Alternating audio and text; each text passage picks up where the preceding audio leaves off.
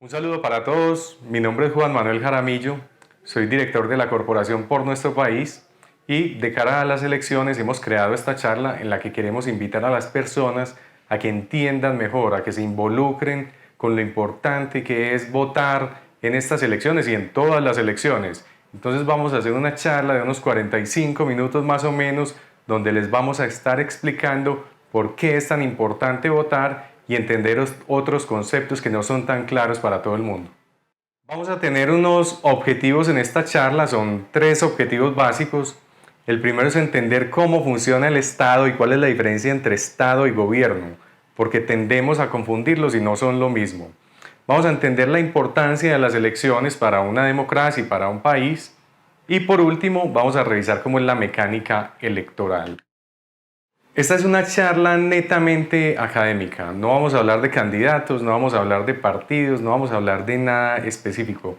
Simplemente desde la academia o desde los datos queremos demostrar qué creemos que es lo mejor para el país. Entonces vamos a empezar por lo más básico. ¿Qué es lo más básico? Entender cómo funciona el Estado. Pero para entender cómo funciona el Estado, lo primero que tenemos que hacer, obviamente, es entender qué es el Estado. Y el Estado tiene una definición muy básica. El Estado lo conforman todas las personas nacidas dentro de un territorio determinado. Para nuestro caso sería Colombia. Es decir, todas las personas dentro de Colombia, todos los colombianos, somos el Estado. El Estado somos ustedes y somos nosotros. Somos todos.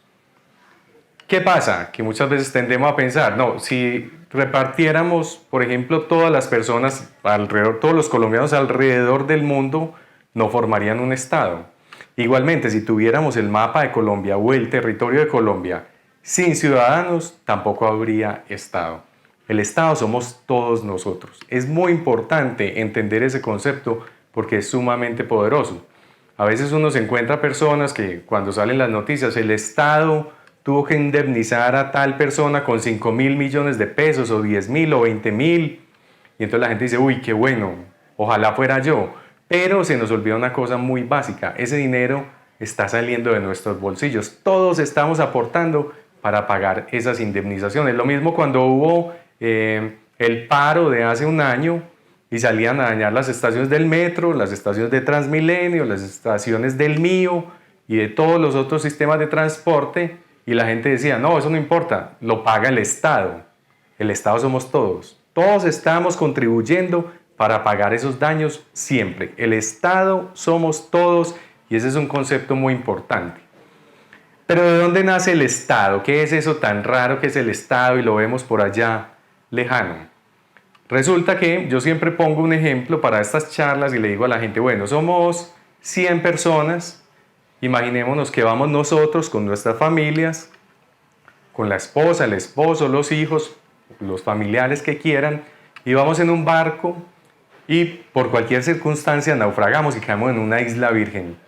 Entonces todos nosotros que en ese momento viajamos en ese barco, empezamos a formar un estado en esa isla virgen. Lo primero que necesitamos es sobrevivir, claramente. Necesitamos agua potable, necesitamos un refugio seguro, necesitamos alimentos y demás cosas básicas para sobrevivir.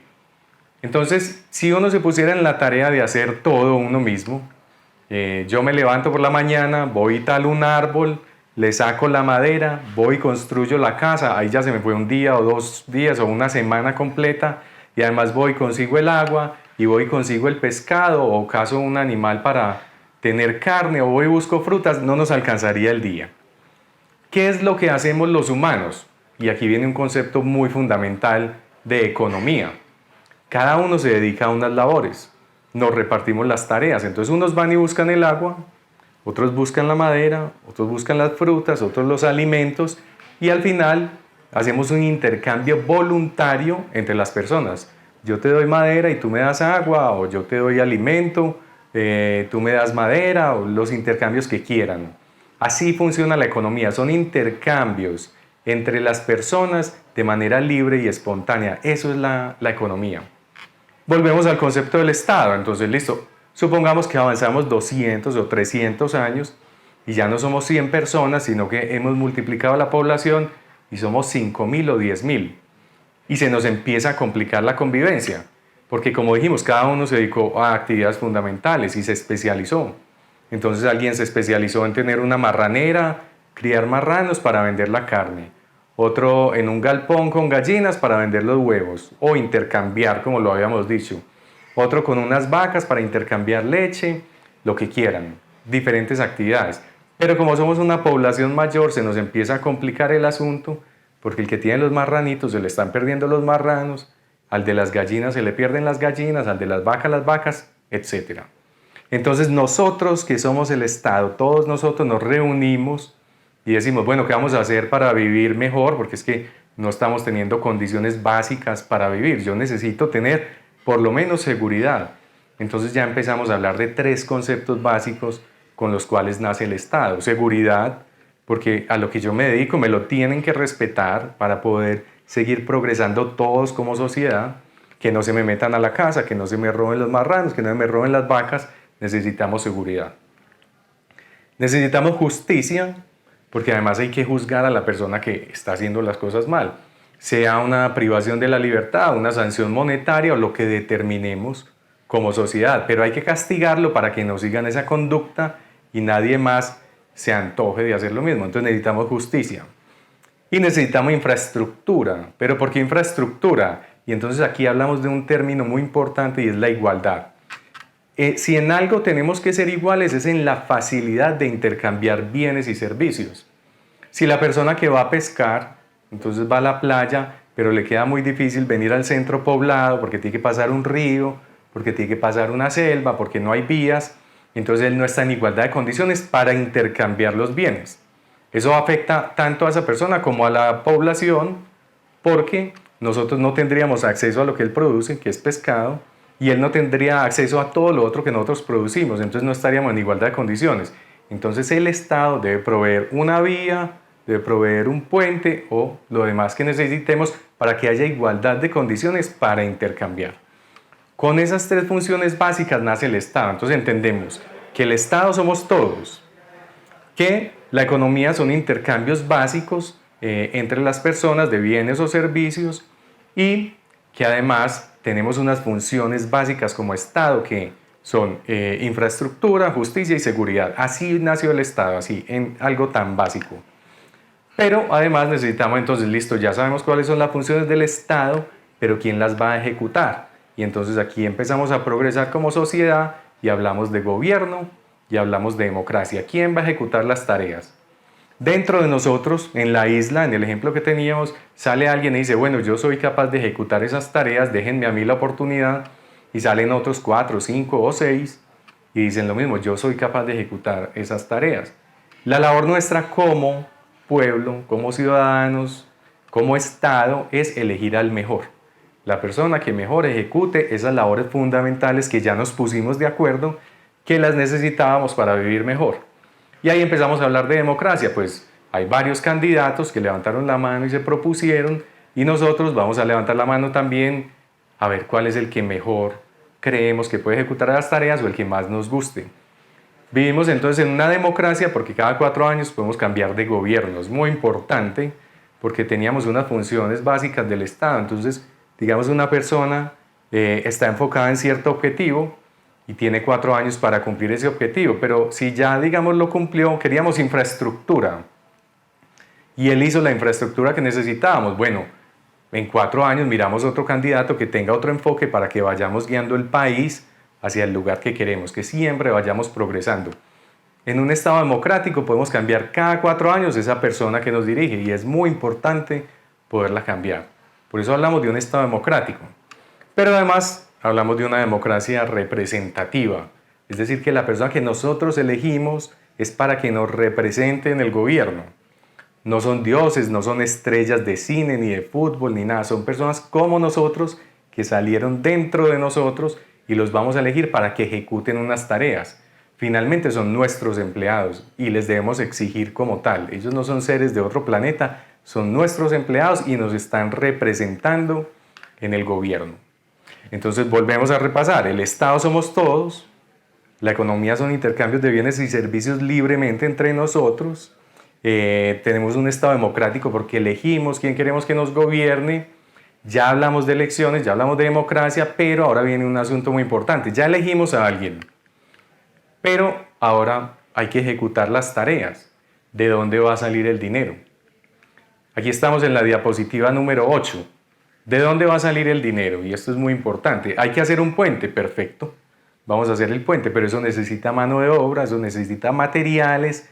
¿Y de dónde se financia el Estado? Y aquí viene una parte muy importante de la presentación. En mayor proporción lo financian las empresas. El Estado se financia por medio de impuestos, que en mayor proporción lo pagan las empresas, que al final de año hacen un ejercicio, un balance y dicen, bueno, vendimos tanto, estos fueron nuestros costos o nuestros gastos y la utilidad fue esta. De esa utilidad ellos deben sacar una porción y pagarle al Estado para que podamos hacer todos los programas que dijimos que necesitábamos. Pero además las empresas tienen empleados, como nosotros somos empleados de las empresas. ¿Qué hacemos? Apenas recibimos el salario, vamos y mercamos, entonces pagamos IVA. Ahí estamos pagando impuestos. Vamos a un restaurante, pagamos impuesto al consumo. Tenemos un vehículo, pagamos impuesto de rodamiento. Tenemos una propiedad, pagamos impuesto predial. Si generamos ciertos ingresos, superamos un tope, entonces pagamos impuesto de renta. Somos nosotros los que financiamos al Estado. El gobierno está dentro del Estado, ya entendimos cómo se elige el gobierno, pero el gobierno no genera riqueza y es uno de los mensajes importantes de esta charla. El gobierno no genera riqueza, la redistribuye. ¿Qué hace el gobierno? Por un lado recibe en forma de impuestos un dinero y él lo que hace es redistribuirlo en unos programas sociales o lo que sea en lo que esté enfocado el gobierno, pero él redistribuye la riqueza, no la crea. Y eso es muy importante tenerlo en cuenta, porque cuando nos prometen de todo, hay que preguntarnos de dónde va a salir el dinero. El gobierno no es el que crea la riqueza, son las empresas y las personas como tal. ¿Por qué son importantes unas elecciones para un país? Entonces vamos a hablar. El Estado tiene tres grandes ramas de poder. Está el poder ejecutivo, que en su debido orden es presidente, gobernadores y alcaldes. Está el poder legislativo, que está el Congreso, la Asamblea Departamental y el Consejo Municipal. Y por el otro lado está la rama judicial, en la que está el Consejo Superior de Judicatura, la Fiscalía, la Corte Suprema de Justicia, etc. Nosotros podemos elegir por la vía popular dos de esos poderes, el ejecutivo y el legislativo. Mucha gente dice, bueno, yo no voto por el legislativo porque no me importa, y resulta que los dos son complementarios. El poder ejecutivo, como su nombre lo dice, se encarga de ejecutar, es el que hace que las cosas pasen, que se haga la vía, que se haga el puente, que se haga la escuela, que se haga el colegio o lo demás. Se encarga de ejecutar. El legislativo, por su lado, se encarga de hacer las leyes, pero además controla los programas de gobierno. Entonces el gobierno dice, yo voy a hacer X proyecto, pero es algo muy loco e inviable. El Congreso le dice, no, no te vamos a dejar hacer eso porque no es viable lo que estás proponiendo. La gente dice, no, yo no voto al Congreso porque es que no me importan eso, yo más bien voto por un buen presidente. Y resulta que si tenemos un excelente presidente y un pésimo Congreso, seguramente no lo van a dejar hacer nada. Si tenemos un pésimo presidente y un excelente Congreso, pues no lo van a dejar hacer tanto daño como podría llegar a hacerlo. Pero si tenemos un excelente Congreso y un excelente presidente, el país va para adelante. Es lo que tenemos que hacer. Un mensaje fundamental de esta charla es hay que votar. Es fundamental votar, porque si no, entonces no sacamos esto adelante. Y aquí en la diapositiva número 12, resulta que el mes pasado salió una encuesta en la que le preguntan a los colombianos cuál es la mayor preocupación suya y de su familia. Y en primer lugar está la economía. ¿Por qué está la economía? Pues eso tiene dos raíces fundamentales y es la primera, una pandemia que frenó la industria, que hizo que se escasearan materias primas, abonos y demás. Entonces tenemos una inflación debido a la pandemia. Otro, el paro. Nosotros en Colombia, además de pandemia, le sumamos un paro que bloquearon vías, se perdieron 30 millones de huevos en la carretera, hubo que sacrificar 20 millones de pollitos, no les llegó el alimento a las granjas, entonces murieron animales. ¿El resultado cuál es? Hay escasez de leche, hay escasez de carne, hay escasez de huevos, Entonces hay una inflación. Cuando el producto se escasea, el precio se sube. Entonces, ¿cuál es el origen de eso? La pandemia en primer lugar, y a la pandemia le sumamos un paro, resultado de eso, inflación. Tenemos una inflación alta. Yo creo que todos lo han sentido en sus bolsillos cuando van y mercan, cuando hacen sus diferentes actividades, todo está más caro. Pero en segundo lugar tenemos la corrupción, que si lo ven bien, a diciembre del año pasado era la primera preocupación. Pasó a ser la segunda por el tema económico, pero era la primera preocupación. ¿Y por qué hay tanta corrupción? Y aquí hay un dato muy contundente. Resulta que en Colombia, para este periodo electoral, para estas votaciones o elecciones, hay cerca de 39 millones de cédulas inscritas para votar.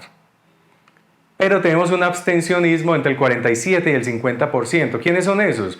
Los que dicen el día de elecciones, me voy para una finca, me invitaron a almorzar donde la tía, tengo un partido de fútbol, o hay una novela muy buena, o están dando una película, o está haciendo mucho sol y me quemo, o está lloviendo y de pronto me mojo y qué pereza, y no salen a votar. Votan aproximadamente 19 millones y medio de personas.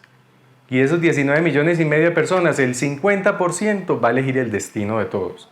Y para eso está el video que les ponemos a continuación para explicarlo. En una caja de huevos, 9 de esos huevos no pueden votar, 13 se abstienen y deciden no hacerlo, y 8 votan. Supongamos que de estos, el 50% vota por un candidato, el 40% por el otro y el 10% restante en blanco. Esto significaría que tan solo 4 huevos decidieron por toda la caja, aunque 13 no estaban de acuerdo con esta decisión y hubieran podido cambiar el resultado. No deje que otros decidan por usted. Votar no vale huevo. Vote. Entonces vimos el video. Una caja de huevos tiene 30 huevos. De esos 30 huevos, 9 no pueden votar porque son menores de edad, porque votaron la cédula o porque tienen problema con la justicia. 13 huevos son los que se quedan en la casa diciendo yo no voy a votar, me da pereza, siempre son los mismos, qué pereza, yo no voto, tengo almuerzo, tengo sancocho, lo que sea, no van a votar. Y los otros 8 sí salen a votar. Y de esos 8, 4 nomás se pusieron de acuerdo en votar por un candidato. Vamos a suponer que es un candidato malo. 4 huevitos de 30 decidieron el futuro de todos. Entonces ahí está la importancia de salir a votar. Tenemos que participar. Si de los 13 azulitos salieran 2 a votar y votan por el otro candidato, cambian absolutamente el panorama. Cada voto cuenta. Yo hacía un ejercicio para las elecciones parlamentarias y les decía, un senador para llegar al Congreso necesita 50.000 votos. Y ustedes saben que en elecciones son unos bacanes, yo te doy las tejas, yo te doy los ladrillos, te doy el cemento para la casa, o lechona, o tamal, o sancocho, o 50.000 pesos. Si hiciéramos el ejercicio con 50.000 pesos, un senador que necesita 50.000 votos y los paga 50.000, se gasta 2.500 millones de pesos para llegar al Congreso. Ellos se ganan 30 millones mensuales. Si ahorrara los 4 años de salario, no le alcanza para ahorrar esa plata. ¿Esa plata dónde sale? De nosotros. De la corrupción, del robo, todo eso sale de nosotros. Entonces yo le digo a la gente, bueno, si saliéramos los 39 millones de colombianos a votar, ya no le toca comprar 50.000 votos, sino 100.000. Se la ponemos mucho más difícil. Le toca duplicar lo que tiene que meter ahí para poder comprar los votos. Es más difícil.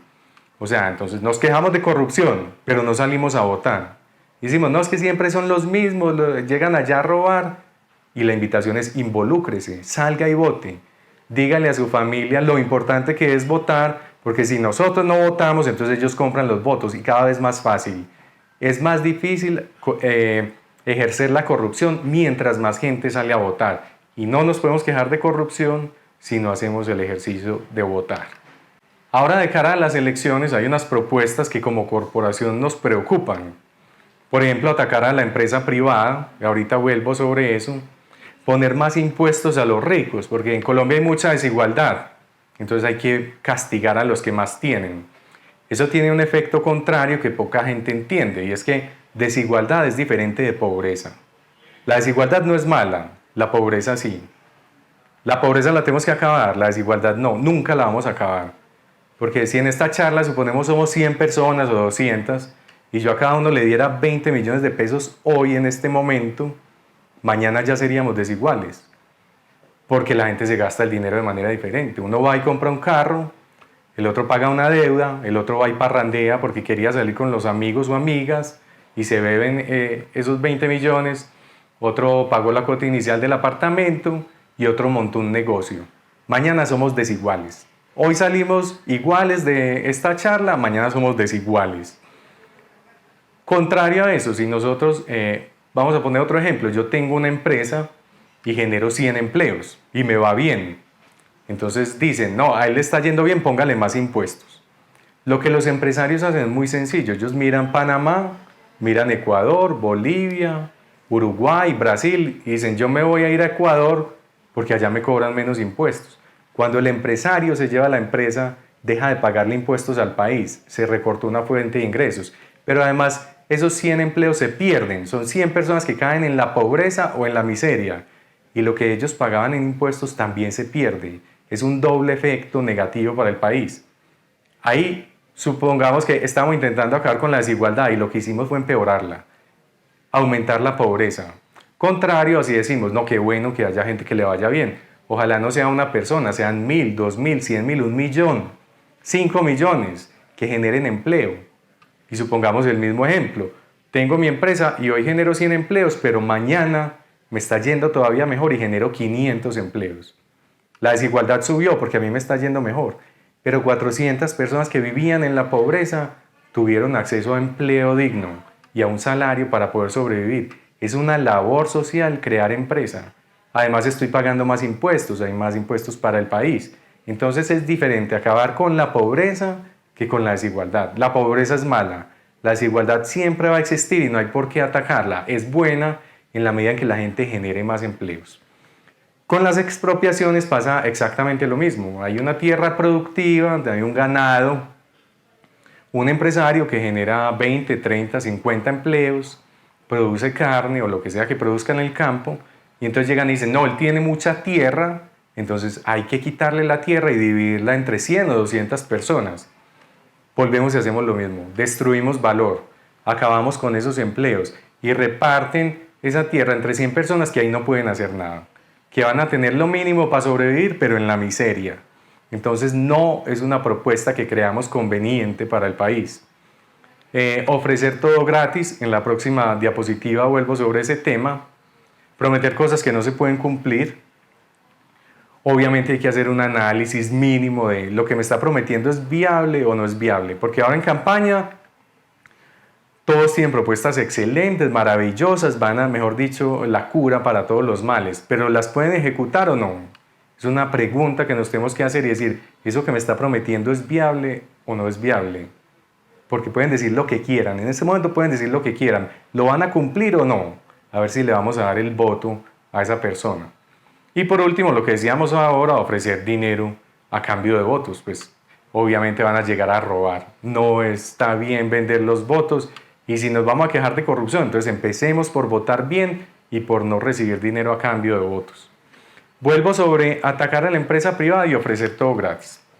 Resulta que salen unos candidatos ahora que dicen, no, hay mucha desigualdad, vamos a poner más impuestos a los ricos, porque hay que clavarlos en impuestos. Pero ustedes no se preocupen que les vamos a dar todo gratis. Salud, pensión, educación, subsidio, transporte, mercado, carro, casa, beca, lo que ustedes quieran, les van a solucionar la vida. Pero esos mismos están acabando con la empresa porque dicen que hay que acabar la desigualdad. Y la pregunta que hay que hacerles a ellos es, bueno, ¿de dónde va a salir el dinero? Si el dinero sale de las empresas y los empleos, si están destruyendo las empresas y los empleos, ¿de dónde va a salir el dinero para pagar todos esos programas sociales tan bonitos que nos estás ofreciendo? Y la pregunta es, la respuesta es, no tienen de dónde. ¿De dónde va a salir? No tienen de dónde. Y alguien dirá, no, pues que imprima billetes. Ahí está el Banco Central para que imprima billetes. Tiene una máquina en el sótano que lo que hace es imprimir billetes. Pero ahí hay que hacer una aclaración, y es que los billetes son una representación de la productividad del país. Si el país produce 1000, imprime 1000. Si el país produce 1.000.000, imprime 1.000.000. Si el país produce 0, porque acaban la empresa privada y los empleos, y a la misma vez imprimen 100 millones, pues esos 100 millones representados en billete valen 0. Y el ejemplo claro es Venezuela. En Venezuela se acabaron con la iniciativa privada, pero se dedicaron a imprimir billetes. ¿En qué desbocó eso? Una inflación enorme, enorme, del 1000, 2000 o 3000%. ¿Y eso qué quiere decir? Que lo que hoy compro si hoy me gano 1.000.000 de pesos, al final del año, eso equivale a 1.000 pesos. Se devaluó absolutamente la moneda. Lo que me alcanzaba con 1.000 pesos hoy, mañana lo compro con 1.000.000. Es decir, un chicle el día de mañana va a valer 1.000.000 de pesos. Porque imprimir billetes no es la solución. Y en Venezuela lo pueden ver. En las calles de Venezuela, literalmente hay billetes tirados en el piso y nadie los recoge porque son basura, porque no tienen ningún valor. Imprimir billetes no es igual a generar riqueza. La riqueza la generan las empresas y los empleados en la medida en que son productivos. Entonces llegamos a elecciones y nos dividimos entre dos grandes modelos económicos: el libre mercado o capitalismo y el socialismo o comunismo. ¿Cuál es la diferencia? El libre mercado, el capitalismo se enfoca en vamos a producir riqueza, que haya más empresas, que haya más empleos, que paguen más impuestos y con esos impuestos hacemos una redistribución en los programas sociales. Primero generamos la riqueza y después la distribuimos. Primero se genera la riqueza y se distribuye. Si uno no ha generado riqueza, no la puede repartir porque no la hay. El socialismo, por su lado, lo hace al contrario. Dice, no, primero los programas sociales, vamos a repartirnos todo. Y después miramos qué pasa. Y resulta que lo que terminan repartiendo es miseria. Nos igualan a todos en la miseria o en la pobreza. Si la cuestión fuera repartir igualdad, pues yo les diría, no, igualennos a todos a Sarmiento Angulo o Ardila Lule, que todos seamos millonarios. ¿Por qué no? Si vamos a ser iguales, que todos seamos millonarios. Y la gente dice, no, eso no es posible. ¿Por qué? Porque ¿quién va a crear la riqueza? ¿Quién va a crear toda esa riqueza? Entonces el socialismo sí reparte todo por igual, pero miseria. No reparte abundancia porque se les olvida que primero hay que generarla para poderla repartir. Y nosotros como corporación creemos que la respuesta siempre es libre mercado. Libre mercado, esa es la vía que hay que escoger. Y lo soportamos en datos históricos de la humanidad, o sea, no me lo estoy inventando yo, es que la humanidad en su historia ha demostrado que ese modelo es el modelo a seguir, porque no hay nada en el mundo, ningún sistema económico que haya mostrado mayor impacto positivo en la historia de la humanidad que el libre mercado o capitalismo. Y para eso tenemos unos datos. Hace 200 años, el 85% de la población mundial vivía en la pobreza. El 85% vivían con menos de $1 al día. Hoy, esa cifra es inferior al 10%, es decir, salieron miles de millones de personas de la pobreza gracias a este sistema económico.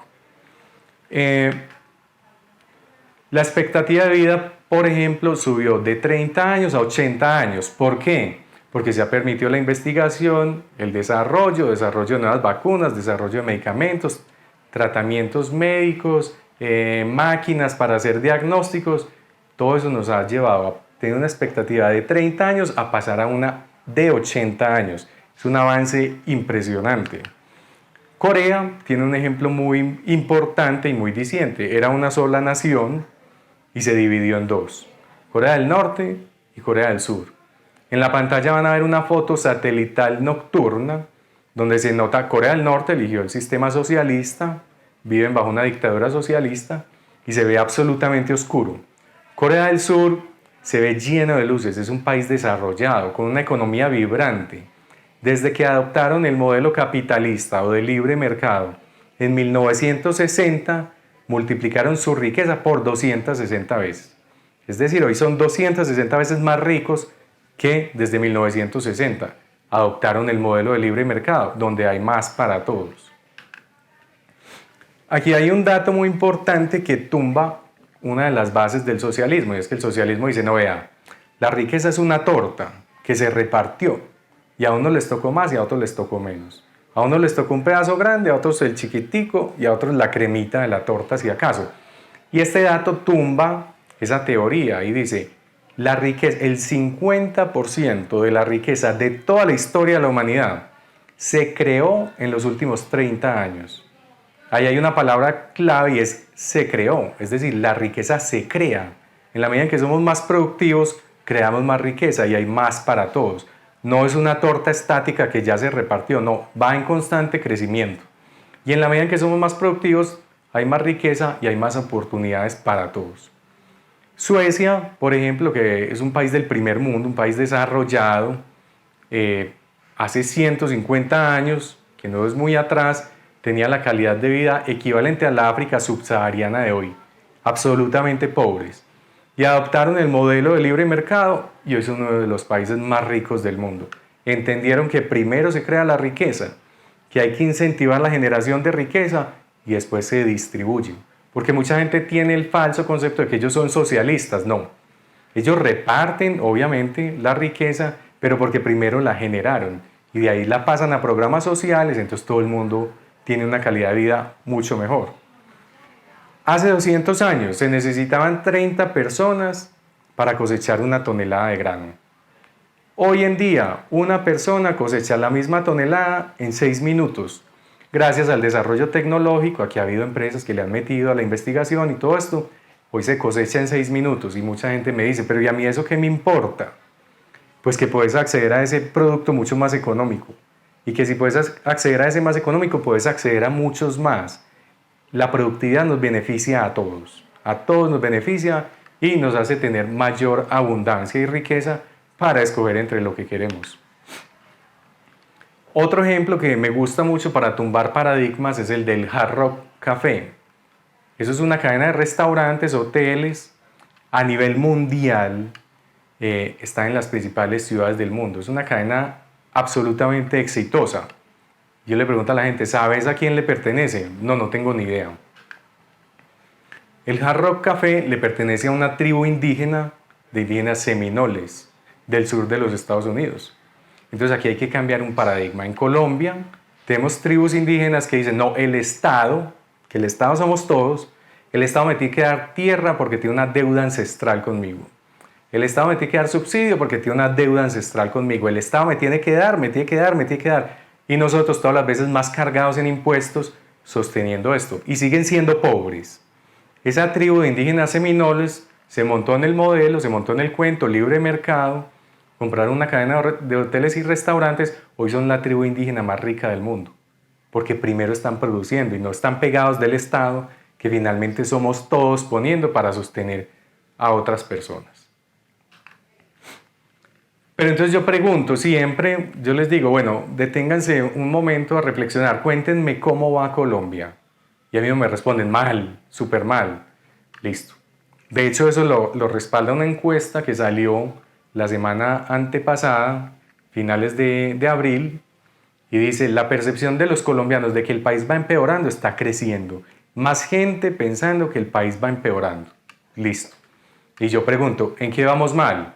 Me dicen, en economía. Ok. ¿En qué vamos mal? En salud. Listo. ¿En qué vamos mal? En seguridad. Ok. Una cantidad de cosas. Nosotros nos tomamos la tarea de sacar los datos para ver qué es lo que está pasando. Entonces, bueno, vamos a mirar cómo va Colombia. Creemos que vamos muy mal. Perfecto, vamos a mirarlo. En los últimos 10 años, Colombia bajó la pobreza del 40.3% al 27%. Casi que recortamos a la mitad la pobreza. El 27% de pobreza es un índice muy alto. Pero el camino muestra que estamos bajando la pobreza. Vamos por un buen camino en ese sentido. En estudio, entonces, en el 2003, el 23.7% de las personas tenía acceso a la educación superior. Al año pasado ya es el 53%, o sea, duplicamos la cobertura de educación superior. Todavía falta mucho, sí, falta el 47%, pero vamos en un camino de mejorar la cobertura. Que en economía vamos mal, y yo les digo, vamos a mirar el siguiente dato. En 1970 se vendieron en toda Colombia 5.000 motos. Era absolutamente exclusivo tener una moto. En el 2000 se vendieron 56.000 motos. Mejoró. Pero el año pasado, en el 2021, se vendieron en el país 680.000 motos. Es una cantidad impresionante. ¿Eso qué quiere decir? Que la economía va mejorando. Así no lo veamos, pues ahí está el dato, la economía va mejorando. Y entonces a veces me dicen, no Juan, es que eso es porque ya los bancos dan mejor acceso, porque hay facilidades de crédito. Y yo les digo, miremos el siguiente dato. En el 2000 hacía falta ahorrar 9 salarios mínimos para comprar una moto. En el 2021 hacen falta 4 salarios mínimos para comprar una moto. Nuestra capacidad adquisitiva ha mejorado muchísimo. Otro dato, por ejemplo, lo sustentan los pasajeros aéreos. En el 2000 fueron 11 millones y medio de colombianos que viajaron vía aérea. El año pasado, 2021, con pandemia y todo, viajaron 41 millones y medio de colombianos vía aérea. Eso quiere decir que la economía va mejorando, que hay empresas que le apuestan a Colombia en su desarrollo económico, entonces no vamos tan mal como creemos. Importación de vestuario y alimentos, pues digamos a nuestros abuelos les tocó caminar descalzos o con unos pedazos de cuero amarrados con cabullas, iban al mercado municipal y compraban lo que se produjera cerca de tomates, cebollas o lo que fuera. Nosotros hoy, todos, tenemos la posibilidad de ir al supermercado y decir, aquí hay 10 marcas de arroz y a mí me gusta esta. Aquí hay 10 marcas de atún y a mí me gusta esta. Aquí hay 20 marcas de zapatos y hay importados de la mejor calidad y a mí me gusta esa y me lo puedo comprar porque estamos en un libre mercado. Esto se logra solo con libre mercado. Cuando es un sistema comunista, a usted le pueden hacer una fila de 3, 4, 5 horas y le dicen, esta es su libra de arroz, esta es su libra de carne. No, a mí ese no me gusta, es la que hay. Usted no puede escoger, es que esa es la que hay y punto. En el libre mercado tenemos la oportunidad de escoger y hay más variedad de lo que queramos y tenemos la libertad de elegir. Pero es que en salud vamos muy mal. Y yo les digo, bueno, en el 95, en el año 1995, el 29% de los colombianos tenían acceso al sistema de salud. De 100 colombianos que iban, atendían a 29. El año pasado logramos una cobertura del 98%.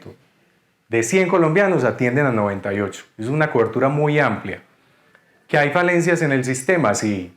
¿Que a veces se demoran 2 semanas para atenderme? Total. ¿Que las instalaciones no son cómodas? ¿Que a veces me devuelven? Todo eso es cierto. Pero hay un dato muy importante, es que nos atienden y nos dan solución a los problemas. Además a un costo muy razonable, pues ustedes mirarán en otros países desarrollados, le dicen, bueno, usted tiene apendicitis, ok, llegan, lo operan y lo mandan con una factura de 200 millones de pesos para su casa. Y la gente tiene que hipotecar la casa para poder pagar esa cirugía o ese tratamiento. Aquí en Colombia no. Y gente de Estados Unidos y de Canadá vienen a Colombia a hacerse tratamientos médicos porque el sistema de salud funciona. Dentro de 190 países a nivel mundial que hicieron una medición del sistema de salud, Colombia está en el puesto 22. Está casi en el 10% de los mejores sistemas de salud del mundo, así nos cueste creerlo.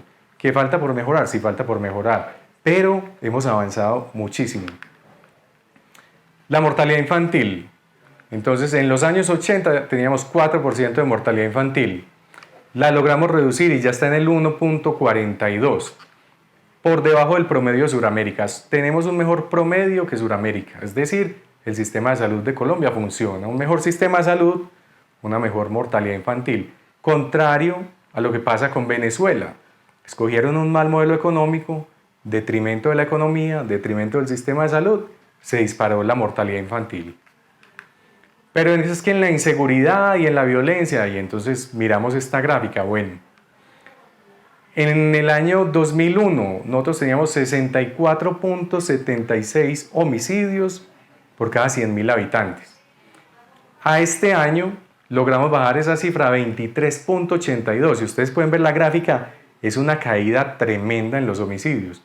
Todavía hay mucho por hacer, todavía hay muchas muertes, todavía hay mucha violencia, mucha inseguridad, pero vamos en un camino de mejora. Si seguimos así, tal vez podemos soñar con que vamos a tener un país en paz. La producción agrícola se duplicó en los últimos 20 años.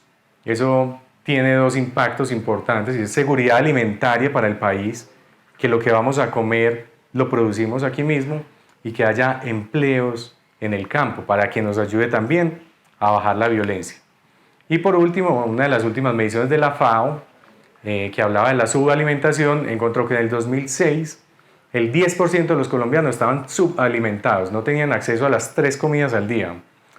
Para el 2018 bajamos eso al 4.8%, es decir, lo recortamos a la mitad. Todos estos datos para decirles, Colombia no va tan mal como los quieren hacer creer. Llegan discursos fatalistas, todo está mal, salvo si me eligen a mí, entonces ahí ya salvamos al país. Yo salvo al país porque yo soy el salvador. Y yo lo que les digo es, analicen cómo va el país.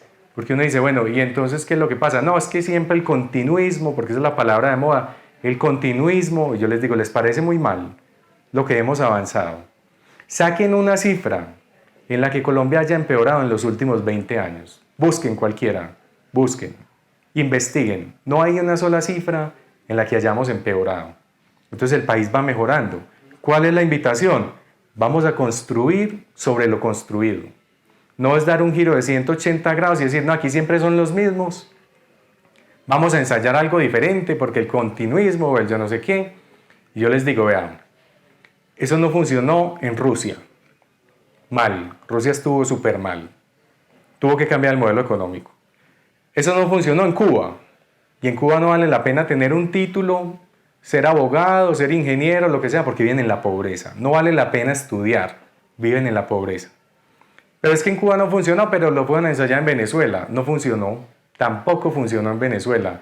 Siguen siendo, ustedes ven que estamos llenos de venezolanos en Colombia. Ustedes tendrán compañeros venezolanos. Pregúntele si lo que hemos hablado en esta charla es real o no. Cómo perdió valor el dinero. Cómo destruyeron las empresas y la propiedad privada y hoy viven en la pobreza. Y los venezolanos vienen a Colombia a buscar oportunidades.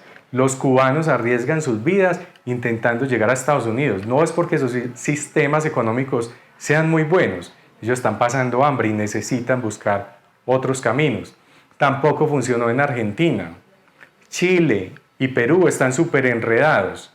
Entonces, ¿por qué estamos antojados de eso si traemos un camino de progreso? Si ya vimos tantas veces que no funcionó, entonces, ¿cuál es la idea de experimentarlo de nuevo si ya podemos tener la enseñanza de otros países?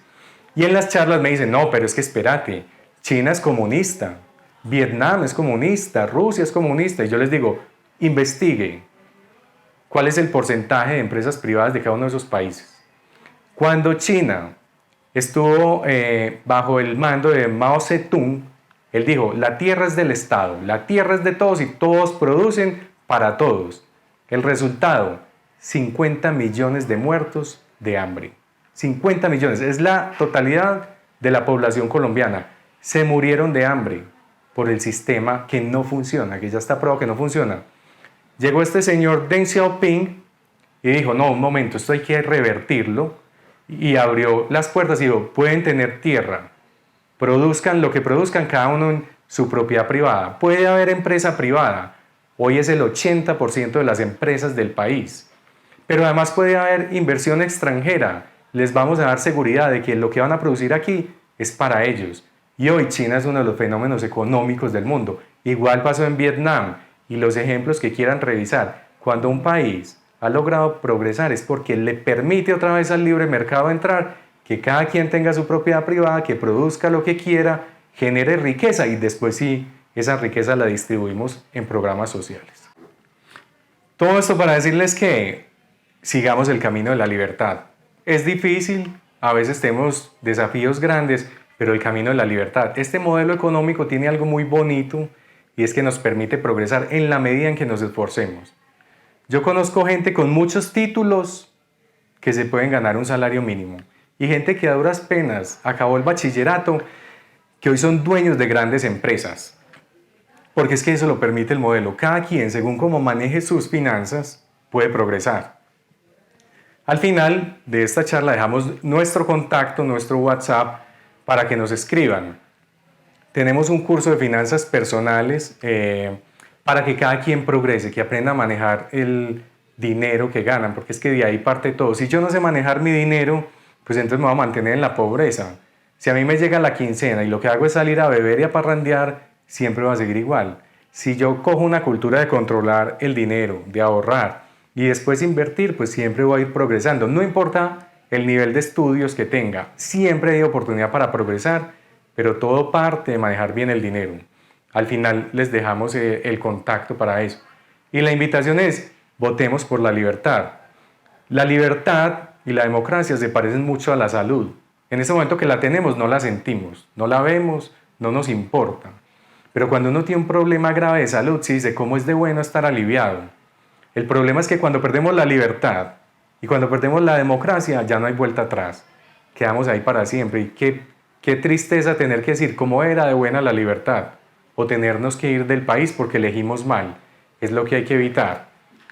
Finalmente, para los que no saben dónde votar, pues la invitación es a votar y a sacar a las familias a votar, a sacar a los amigos, llevar este mensaje y decir todos tenemos que votar. Hacer país nos corresponde a todos. Acabar con la corrupción nos corresponde a todos. Si no saben la mesa de votación y no votaron en las elecciones anteriores, listo. Se meten a la página de la registraduría, registraduría.gov.co, y en la parte izquierda de la pantalla van a ver un botón que dice consulte aquí su lugar de votación. Ingresan el número de cédula y les va a aparecer el nombre, la dirección y la mesa. Háganlo desde ya, porque es que cuando se van a llegar las elecciones, se meten a la página y está caída porque hay mucha gente consultando. Háganlo desde ya. Y lo otro es que si esperan a llegar al puesto de votación, hay una lista interminable de cédulas y uno vaya a revisar y toda la gente está revisando cuál es la mesa que le corresponde, mientras que si lo hacen de una vez, les aparece en 2 minutos.